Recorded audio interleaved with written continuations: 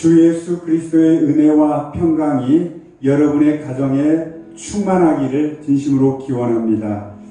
우리 찬송가 80장 우리 함께 찬송드리겠습니다. 찬송 80장을 찬송드리겠습니다. 천지에 있는 이른 주 귀하고 높은 이름 주 나시기 전 지으신 구주의 이름 예수 주 앞에 내가 엎드려 그 이름 찬송하며 내 귀에 들린 말씀 귀하신 이름 예수 주 십자가에 달릴 때 명패에 쓰인 대로 저 유대인의 왕이요 곧 우리 왕이시라 주 앞에 내가 엎드려 그 이름 찬송하며 내 귀에 들린 말씀 귀하신 지금도 살아계셔서 언제나 하시는 나 같은 죄인 부르사 찬송함 주시도다 주 앞에 내가 엎드려 그 이름 찬송하며 내 귀에 들린 말씀 중 귀하신 예수 지금도 살아계셔서 언제나 하시는 나 같은 죄인 부르사 찬송함 주시도다 주 앞에 내가 그 이름 찬송하며 내 귀에 들린 말씀 중 귀하신 이름 예수 주 예수께서 영원히 어제나 오늘이나 그 이름으로 우리에게 참 복을 내리신다 주 앞에 내가 엎드려 그 이름 찬송하며 내 귀에 들린 말씀 중 귀하신 이름 예수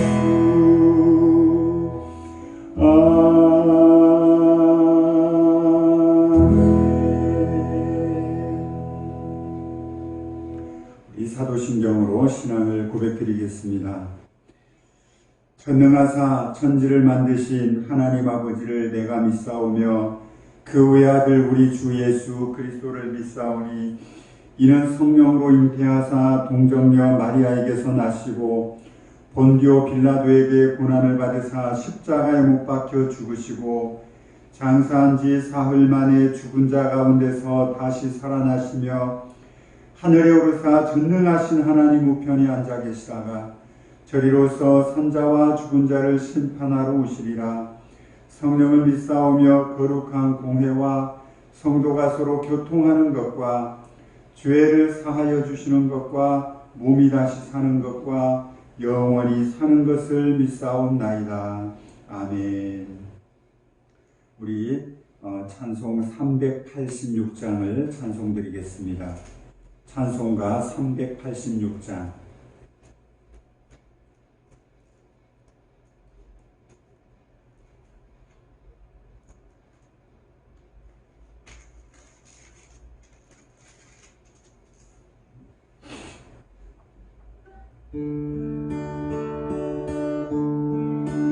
만세 반석 열린 곳에 내가 숨어 있으니 원수마귀 손 못 대고 환난 풍파 없도다. 만세 반석 열린 곳에 내가 편히 쉬리. 나의 반석 구주 예수 나를 숨겨 주소서. 죄에 매여 죽을 인생 편히 쉬기 바라니. 주의 가슴 넓은 품에 내가 찾아 안기네. 만세 반석 열린 곳에 내가 편히 쉬리. 나의 반석 구주 예수 나를 숨겨 주소서. 이 땅 위에 평안 없고 기쁜 일을 몰라도 주 예수의 참 사랑을 내가 찾아 알았네. 나의 반석 열린 곳에 내가 편히 쉬리. 나의 반석 구주 예수 나를 숨겨 주소서. 오만 풍파 지나도록 순풍으로 도우사. 평화로운 피난처에 길이 살게 하소서. 만세 반석 열린 곳에 내가 편히 쉬리. 나의 반석 구주 예수 나를 숨겨 주소서.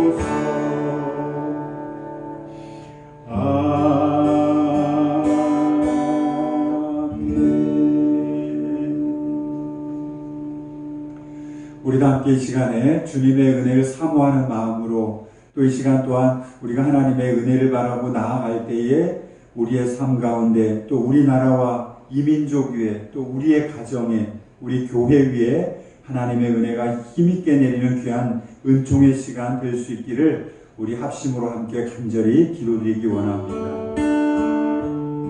살아 역사하시는 하나님 아버지, 오늘도 우리에게 거룩한 성회를 베푸시고 주의 자녀들을 이렇게 주의 날개 아래로 모아서 하나님의 은혜와 영광을 베풀어 주심을 진심으로 감사를 드립니다.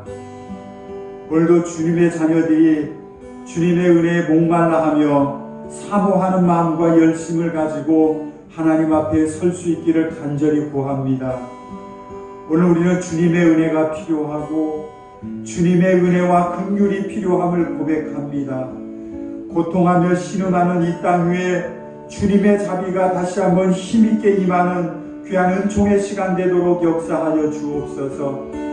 또한 점점 힘을 잃고 아파하는 주님의 교회 위에 다시 한번 십자가의 복음의 능력과 성령의 권세를 힘있게 내려 주시기를 원합니다. 또한 하나님의 교회에서 예배하는 주의 백성들의 삶과 그 가정 위에 역사하시는 하나님의 능력이 오늘 힘있게 임하기를 또한 간절히 간구합니다. 오늘 예배를 통해서 이 땅과 이 사회를 고쳐주시고 또 우리의 가정을 어루만져 주옵시고 우리의 연약한 인생을 돌아보셔서 주님의 날개로 우리를 품어서 위로가 필요한 영혼들에게 위로함을 주옵시고 치유가 필요한 인생들에게는 주님의 치유를 허락하여 주시옵소서. 오늘도 예배하며 하나님의 말씀을 듣는 중에 우리의 온 마음속을 사로잡고 있는 불안과 어둠은 떠나가게 하시고 역사하시는 하나님의 생명의 능력이 힘있게 역사하여 주시옵소서. 오늘 시간에 주의 교회 위에 예배하는 우리의 모든 성도들마다 주님의 자비와 은혜가 임하기를 원하며 예수님의 이름으로 간절히 기도드립니다. 아멘. 하나님의 말씀은 구약성경 역대하 21장을 우리가 봉독하겠습니다. 역대하 21장 구약성경 684쪽입니다. 우리 1절부터 7절까지 우리 봉독하겠습니다.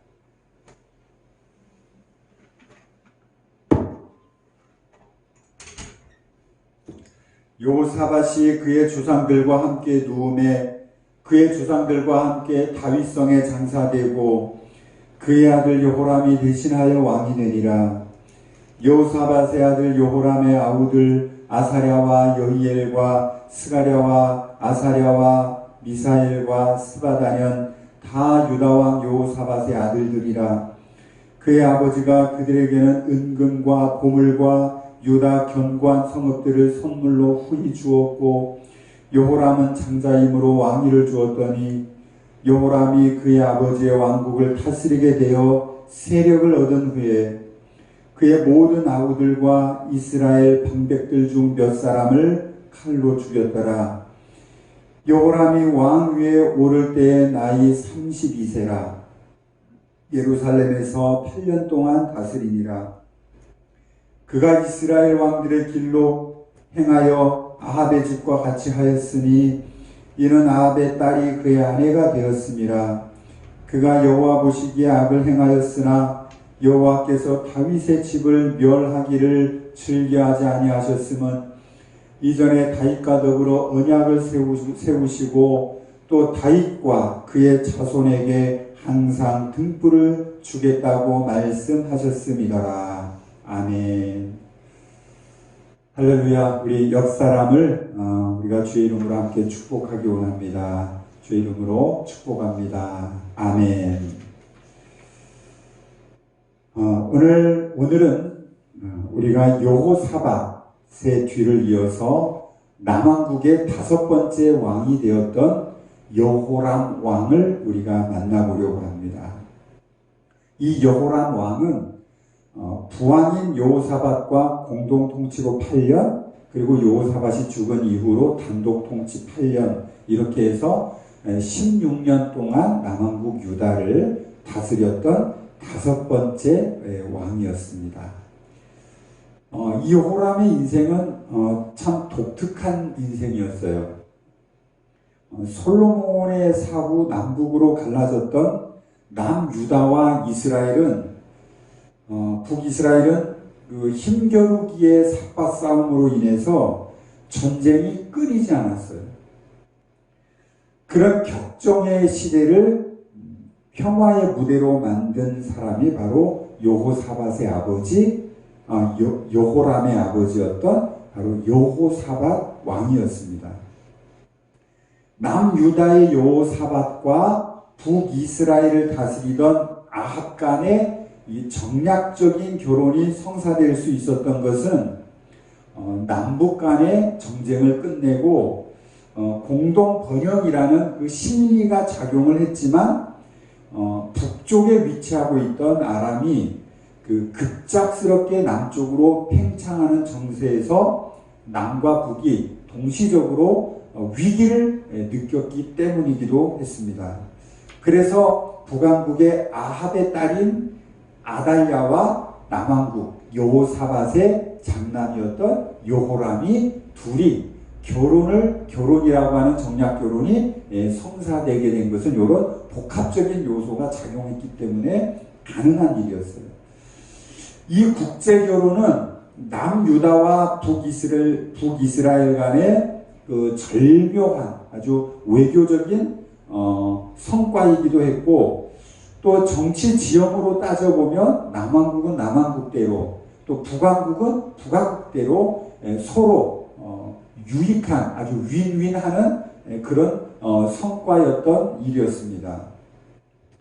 솔로몬 이후로 남북으로 이렇게 갈라져요. 남과 북으로 이렇게 갈라지다 보니까 강력했던 그 통일 왕국의 힘과 영향력은 반토막이 날 수밖에 없죠. 그리고 요단강 그 동쪽에 대한 지배력은 점점 그 힘을 잃어가고 있던 그런 차였어요. 게다가 이제 북이스라엘이 북쪽에 있던 아람이 팽창을 하니까 급격한 그런 위기를 이렇게 느꼈는데, 그런 시기에 남과 육이 이제 북이스라엘과 남유다가 정략적인 이렇게 국제 결혼을 했는데, 이런 결혼을 통해서 얻게 된 그 남왕국의 심리가 뭐였냐면은, 일단은 돈독한 군사 동맹이 이루어졌어요. 게다가 이제 북이스라엘을 매개체로 삼아서 두로와의 중개무역도 자연스러운 활로로 이어질 수가 있었습니다. 그래서 여호람이라고 하는 이 5번째 왕은 남유다와 북이스라엘의 역사를 수레바퀴가 흘러가는 데 있어서 굉장히 역사적인 그 전환점의 역할, 매개체의 역할을 했던 사람이다라고 우리가 볼 수가 있어요. 이제 이런 사람을 우리가 이제 현대적인 용어를 빌어와서 우리가 빌자면 평화둥이, 그죠? 평화둥이라고 할 수도 있고, 어떻게 보면 남북 간의 전쟁을 평화의 무드로 이끌었기 때문에 피스메이커, 이렇게 우리가 표현할 수도 있을 것 같습니다. 여기까지만 보면 우리가 정치적이나 외교적인 구도에서 보면 흠이라기보다는 오히려 우리가 성과라고, 긍정적인 성과라고 우리가 평가할 수가 있을 것 같아요.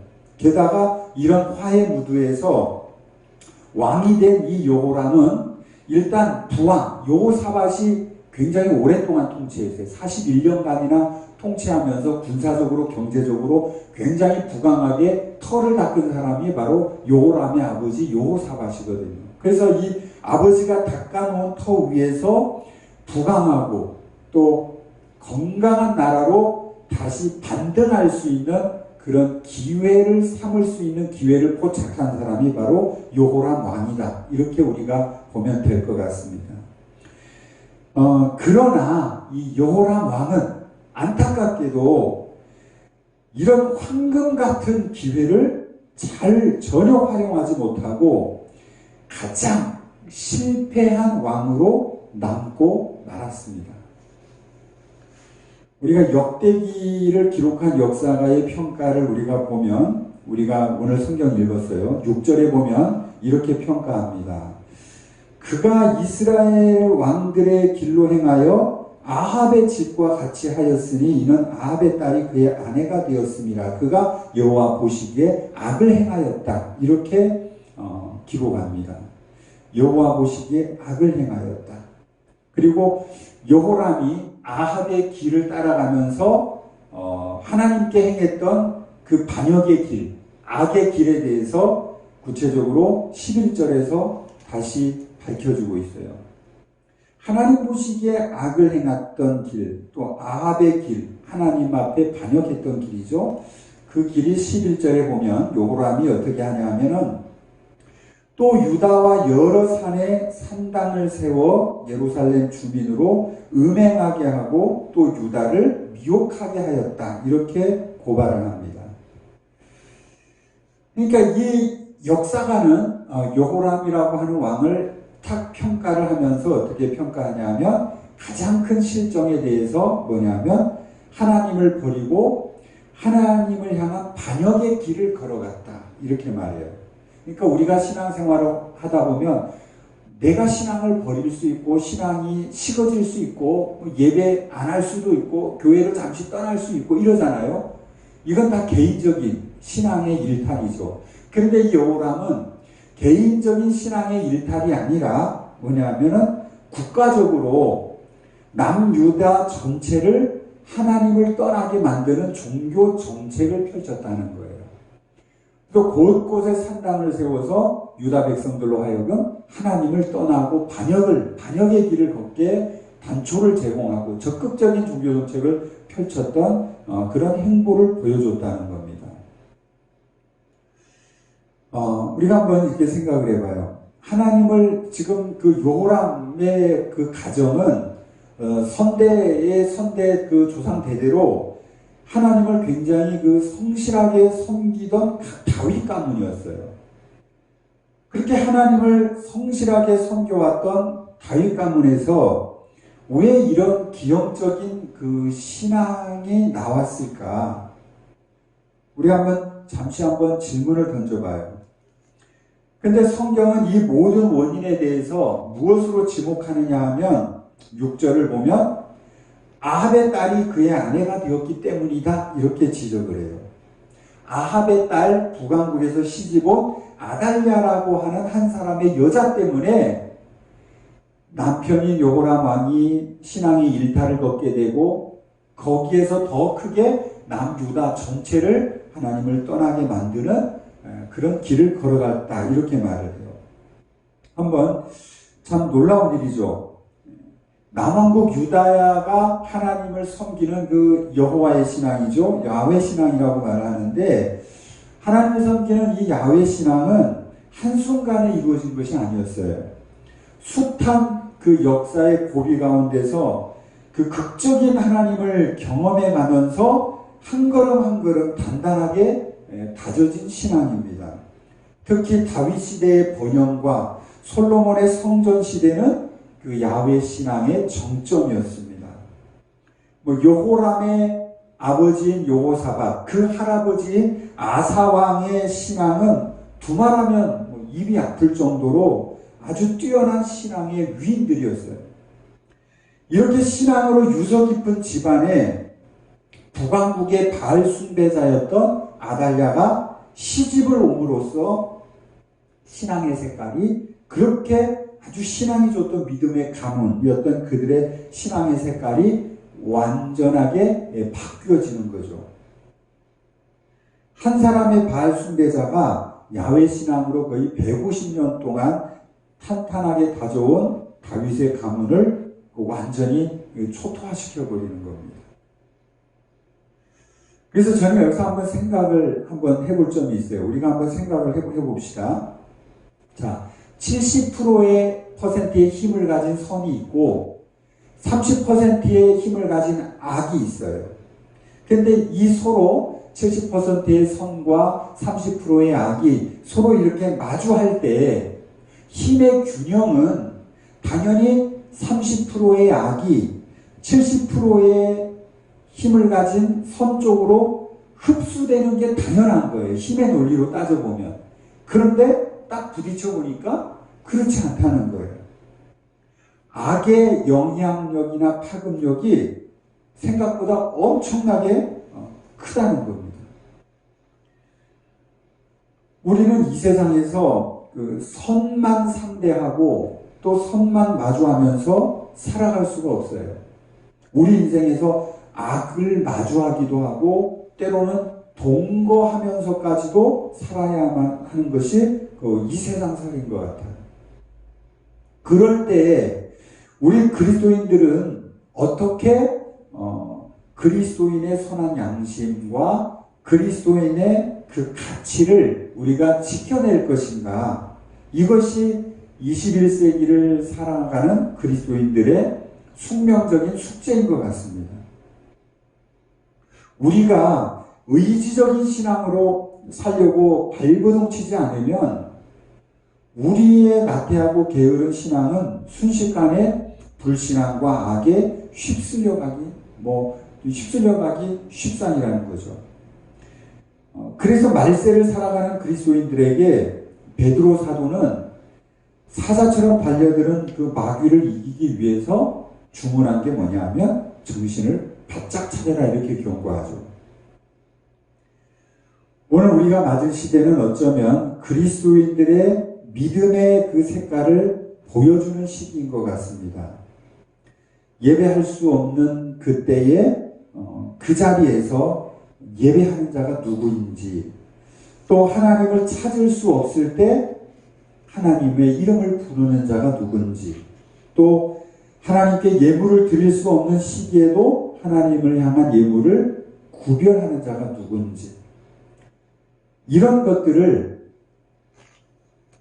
우리의 신앙의 본 모습을 바라볼 수 있는 그 시기가 바로 오늘 우리가 겪고 있는 코로나 시대가 아닌가 그렇게 여겨집니다.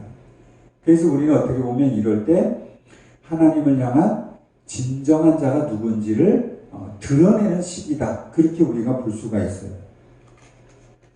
오늘 하나님이 귀 찾으시는 저와 여러분이 될 수 있기를 간절히 소망합니다. 오늘 여호람의 두 번째 실정은 뭐냐면은 살인이에요. 살인. 두 번째 실정은 정치적인 위협이라고 여겨졌던 동생들을 가차없이 죽인 일이었습니다. 오늘 우리가 이제 1절부터 읽었는데 여기에 보면 여호사밧의 아들들을 쭉 언급을 해요. 7명을 언급을 하는데 그 중에 장자가 여호람이에요. 그래서 그 장자에게는 왕위를 물려주고 나머지 6명의 아들들에게는 재산, 은금을 나눠주고 또 성읍을 각자 기업으로 나누어줬어요. 그런데 왕권을 강화해 가야 된다는 그런 마음에 쫓긴 나머지 이 아우들이 자기에게 정치적인 위협이 된다고 생각을 한 거예요. 그래서 이 정치적인 위협이 될 수 있는 그 리스크를 제거하기 위해서 6명의 동생들과 그 다음에 또 정적이 될 만한 여러 명의 대신들을 무참하게 참사를 합니다. 이 일은 굉장히 큰 사건이에요. 왜 큰 사건이냐면 자기의 그 정치적인 위협으로 그 형제들을 피를 나눈 친형제들을 무참하게 죽인 일은 사사시대 기드온의 아들 아비멜렉 이후 처음이에요. 그건 400년 만에 일어난 초유의 일입니다. 그리고 이렇게 부강국하면 뭐냐면 반란이죠, 반란. 반란으로 그냥 왕의 가족들을 다 죽여끌고 새로운 정권을 잡는 거죠. 그런데 이런 것들은 뭐냐면은 다른 가문이에요, 다른 가문. 자기 자식 죽이면서는 안 한다고. 그래서 반란을 밥 먹듯이 일삼던 부강국의 역사 가운데서도 정권을 잡기 위해서 자기 형제의 씨를 말린 일을 신뢰를 찾아보기 힘들 정도로 아주 극악한 일이었어요. 이 일이 얼마나 참담했으면 그때의 북왕국에서 활동하던 엘리야가 이 소식을 듣고 편지를 써서 여호람을 꾸짖을 정도였어요.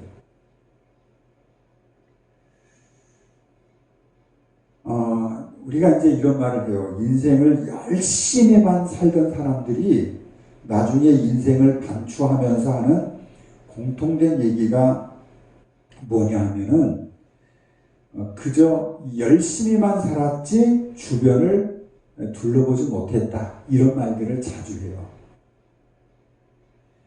욕심이 과하면, 오늘 우리가 여호람이라고 하는 사람을 우리가 보면서 확인할 수 있듯이 욕심이 과하면 사람이 안 보입니다. 그리고 피부치인 부모 형제도 안 보입니다. 그리고 실제 돈에 욕심이 된 사람들이 지금 이런 삶을 지금 살고 있어요. 우리 21세기 우리의 삶의 현장 가운데서. 굉장히 불행한 일이죠.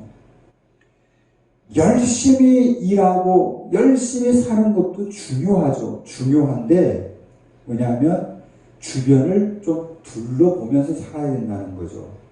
주변도 봐가면서 가족의 중요성도 돌아보면서 사는 것이 필요하다는 겁니다. 그래서 우리는 코로나 시대에는 어떻게 보면 우리가 일중독으로 막 살아왔거든요. 그래도 우리의 삶에서 일의 비중이 컸어요. 근데 지금 일이 줄어들고 없잖아요. 많이 위축되잖아요. 그래서 내 삶에서 비대하게 커진 공간으로 차지했던 그 일이 위축되어지면서 쪼그라들면서 공간이 비워졌을 때 그 공간을 또 다른 일로 채워야 되는데 없으니까 사람들이 이제 불안하고 막 그런 거 아니에요? 그럼 우리 이제 이런 시대 가운데서 시대에서 어떻게 적용하는 적용점이 다를 수 있는 것 같아요. 오히려 이 빈 공간을 무엇으로 채워야 할까에 대한 또 다른 숙제를 이 코로나 시대가 우리에게 남기는 것이 아닌가 그렇게 생각을 해봅니다. 이럴 때 우리는 강제 모드로 어떻게 보면 주변을 우리가 일중독으로 살 때는 주변을 못 보고 형제를 못 보고 가족을 못 보는데 강제 모드로 주변을 볼 수밖에 없고 가족을 볼 수밖에 없고 사람을 볼 수밖에 없고 이런 시대가 된 것이 아닌가 그런 생각을 해봐요. 그래서 욕심의 노예가 되는 것은 정말 불행한 일입니다. 그래서 저와 여러분이 오늘 요람 왕을 보면서 우리의 인생도 너무 쫓기면서 욕심만을 향해서 우리가 사는 것은 아닌가. 그래서 우리의 삶을 한 텀 한번 쉬어가는 것도 삶의 지혜가 아닌가 그렇게 생각을 해봅니다. 우리가 인생을 살다 보면 또 때로는 공격적으로 인생을 펼쳐야 할 때도 있긴 있어요. 여호람도 오늘 보면 공격적인 인생을 펼치는 부분이 하나 나오는데 그게 뭐냐면 에돔을 향한 공격적인 행보를 보이는데 그게 이유가 뭐냐면 그동안 속국으로 거느렸던 에돔이 독립을 선언하면서 배반했기 때문에 그래요. 이 아합과 여호사밧 시대의 이 요단강 동편은 사이좋게 나눠 가져요. 이 모압은 북쪽으로 조금 더 위치해 있던 모압은 북이스라엘의 영향력 앞에 놓여서 얘네들은 아합에게 조공을 바치고 남쪽에 처져 있던 에돔은 유다왕 여호사밧에게 속국이면서 뇌물을 조공을 이렇게 바치는 그런 처지였어요. 그런데 이제 북이스라엘에서 새로운 정치적인 기류가 뭐냐면 아합 왕이 죽으니까 모압이 재빠르게 독립을 선언합니다. 나 이제 너희들한테 조공을 못 바치겠다 이러는 거죠. 그래서 힘이 약화된 틈을 타서 이제 자주권을 먼저 선언을 하는 거죠, 모압이. 근데 그 밑에 있던 에돔은 나중에 기회를 보다가 드디어 때가 왔다 하고 요람 때, 여호사밧이 죽은 다음에 요람 때 드디어 자기들도 독립을 선언하면서 조공을 바치기를 거절한 겁니다. 그러다 보니까 여기에 대해서 이제 여호람 왕이 이제 빡치겠죠. 이제 빡친 여호람이 에돔의 본때를 보여주려고 군사행동을 하는 겁니다. 우리가 그 8절에 보면 이런 말이 나와요. 여호람 때에 에돔이 배반하여 유다의 지배하에서 벗어나 자기 위에 왕을 세움으로, 이게 원인이에요. 여호람이 지휘관들과 모든 병거들을 거느리고 출정하였더니, 출정을 했어요. 밤에 일어나서 자기를 애워싼 에돔 사람과 그 병거의 지휘관들을 쳤더라. 요거까지만 보면 유다 백성들이 자기를 애워싼 에돔과 그 병거의 지휘관들을 쳤어? 그럼 승리한 거네? 근데 밑에 절 보면 전혀 다른 전개가 나와요. 이와 같이 에돔이 배반하여 유다의 지배하에서 벗어났다 이런 말을 해요. 앞뒤 문맥이 전쟁의 양상하고 전혀 다른 결과를 설명하고 있어요. 그래서 원어를 어떻게 해석을 하냐, 해석의 여지가 있는 단어들을 어떻게 해석을 하냐에 따라서 전혀 색다른 해석이 이렇게 나오는 거예요. 이게 원어적인 의미를 다시 해석을 하면 현대인의 성경, 새번역 성경, 공동번역 성경, 이 모든 성경을 자세하게 풀어주는 성경은 이 구절을 어떻게 해석을 하냐 하면은 이래요. 여호람이 왕으로 있을 당시 에돔이 유다를 번역하여 자기들의 왕을 세웠다. 그래서 여호람은 모든 전차를 동원하여 병력을 이끌고 에돔을 치러 갔으나 즉시 에돔 군에게 포위를 당하고 말았다. 그래서 그들은 야음을 틈타서 간신히 그 포위망을 빠져나왔다. 이 전쟁의 과정이 전혀 반대의 해석이 나오고 있어요. 싸움의 양상은 출정을 했는데 오히려 오히려 에돔군에게 포위를 당하고 간신히 목숨 하나 붙잡고 주랭랑을 칠 수밖에 없었다는 거죠. 그래서 이때부터 에돔은 이제 독립을 해서 유다의 속박에서 벗어났다 이렇게 얘기해요. 자, 우리가 이걸 보면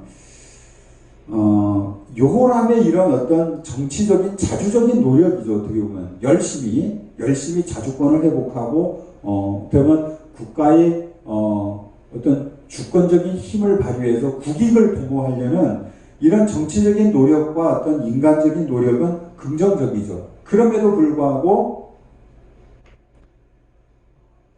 철저히 인간적인 노력에도 불구하고 그 결과는 여호람의 노력을 완전히 거절하고 말았죠. 만약 우리의 그 숱한 그 노력에도 불구하고 현실이 우리를 외면할 때가 있어요. 우리가 열심히 했는데 일이 안 되고 안 풀려요. 현실이 우리를 외면하고 이런 결과가 올 때 우리 그리스도인들은 여기에서 우리는 잠시 좀 생각을 할 필요가 있어요. 오늘 이 성경은 여호람의 이런 노력에도 불구하고 허사가 된 이유에 대해서 어떻게 진단을 하냐 하면 그 10절에 보면 이런 말을 해요. 이와 같이 에돔이 배반하여 유다의 지배하에서 벗어났더니 오늘까지 그리하였는데 그때 림나도 배반하여 여호람의 지배하에서 벗어났으니 이는 그가 조상들의 하나님 여호와를 버렸습니다 이거죠. 그 세상적인 노력도 허사가 된 이유를 뭐라고 얘기하냐면 하나님을 저버린 신앙과 연결시켜서 그 진단하고 있다는 겁니다. 우리가 이 세상을 살다 보면 노력을 해야 돼요. 그 노력에 대한 가치는 뭐 이루 말할 수가 없겠죠. 그럼에도 불구하고 그 노력이 하나님을 떠난 그 인본주의적인 노력이라면 그 노력의 결과에 대해서 우리는 장담을 할 수가 없다는 거예요. 왜냐하면 이런 인간적인 노력에 대해서 하나님은 일찌감치 뭐라고 선언을 하냐면 타석꾼이 깨어서 성을 깨어 지킨다 한들 하나님이 보호해 주시지 않으면 타석꾼이 잠을 쫓아가면서 성을 지킨 것이 모두 다 허사다 이렇게 말씀하시거든요. 그리고 그런 숱한 신뢰들을 역사를 펼치면서 숱하게 보여주시기도 하고요. 오늘 우리는 코로나 시대를 맞이하고 있습니다. 오늘 코로나 시대 주님의 은혜와 돌보심이 더욱 간절한 시대입니다. 기도하겠습니다. 살아계신 하나님 아버지, 오늘 하나님의 은혜를 거절하고 하나님의 길을 벗어나서 인간적인 노력으로만 살아가던 여호람을 오늘 우리가 만났습니다. 오늘 우리가 싸우는 인생 싸움에서 하나님을 벗어난 인생 싸움이 아니라 한 손에 하나님을 붙잡고 한 손에 일하는 그런 우리의 모습이 있기를 바랍니다. 우리의 눈과 입이 열심히 하나님을 주목하고 하나님을 의지하며 기도하며 우리의 인생의 선한 싸움을 도모하는 우리의 모습이 되기를 간절히 구합니다. 오늘 또한 주님의 도우심을 기대하며 열심을 다해 살아가는 우리 성도들의 삶의 노력이 결코 헛되지 않음을 오늘 말씀을 통해서 다시 한번 우리에게 확증해 주셨습니다. 다시 한번 우리가 눈을 들어 역사하시는 하나님을 바라보며 또 신실함을 우리의 인생에 더해 주시는 주님의 도우심을 힘입어서 믿음을 가지고 힘을 다하여 살아갈 수 있는 우리의 모습 되도록 도와주옵소서. 예수님의 이름으로 기도드립니다. 아멘. 우리 찬송 545장 찬송 드리면서 각 가정별로 주님 앞에 예물을 드리겠습니다. 545장. 이 눈에 아무 증거 아니 배여도 믿음만을 가지고 선을 걸으며 이 귀에 아무 소리 아니 들려도 하나님의 약속 위에 서리라. 걸어가세 믿음 위에 서서 나가세 나가세 의심 버리고 걸어가세 믿음 위에 서서 눈과 귀에 아무 증거 없어도 이 눈에 보기에는 어떠하든지 이미 얻은 증거대로 늘 믿으며 이 맘에 의심 없이 살아갈 때에 우리 소원 주 안에서 이루리. 걸어가세 믿음 위에 서서 나가세 나가세 의심 버리고 걸어가세 믿음 위에 서서 눈과 귀에 아무 증거 없어도 주님의 거룩함을 두고 맹세한 주 하나님 아버지는 참 미쁘다. 그 귀한 모든 약속 믿는 자에게 능치 못할 무슨 일이 있을까. 걸어가세 믿음 위에 서서 나가세 나가세 의심 버리고 걸어가세 믿음 위에 서서 눈과 귀에 아무 증거 없어도. 아멘. 하나님 아버지, 주님의 자녀들이 각 가정별로 하나님 앞에 드릴 예물을 구별하여 하나님 앞에 드립니다. 힘든 시기이지만 하나님이 주신 은혜를 기억하며 감사하는 마음으로 하나님 앞에 드립니다. 예물에 동참하는 주의 거룩한 가정들마다 하나님께서 축복하여 주옵시고 저들이 수고하며 기도하며 꿈꾸는 모든 삶 위에 위로부터 나는 선한 은혜와 신실하신 주의 역사가 더해지도록 함께하여 주옵소서. 예수님의 이름으로 기도드립니다. 아멘. 주기도문으로 예배를 마치겠습니다. 하늘에 계신 우리 아버지여, 이름이 거룩히 여김을 받으시오며 나라가 임하옵시며 뜻이 하늘에서 이룬 것 같이 땅에서도 이루어지이다. 오늘 우리에게 일용할 양식을 주옵시고 우리가 우리에게 죄 지은 자를 사하여 준 것 같이 우리 죄를 사하여 주시옵고 우리를 시험에 들게 하지 마시옵고 다만 악에서 구하옵소서. 나라와 권세와 영광이 아버지께 영원히 있사옵나이다. 아멘. 옆 사람을 축복합시다. 주님의 말씀을 의지해서 한 주간 동안도 힘있게 사십시다. 아멘.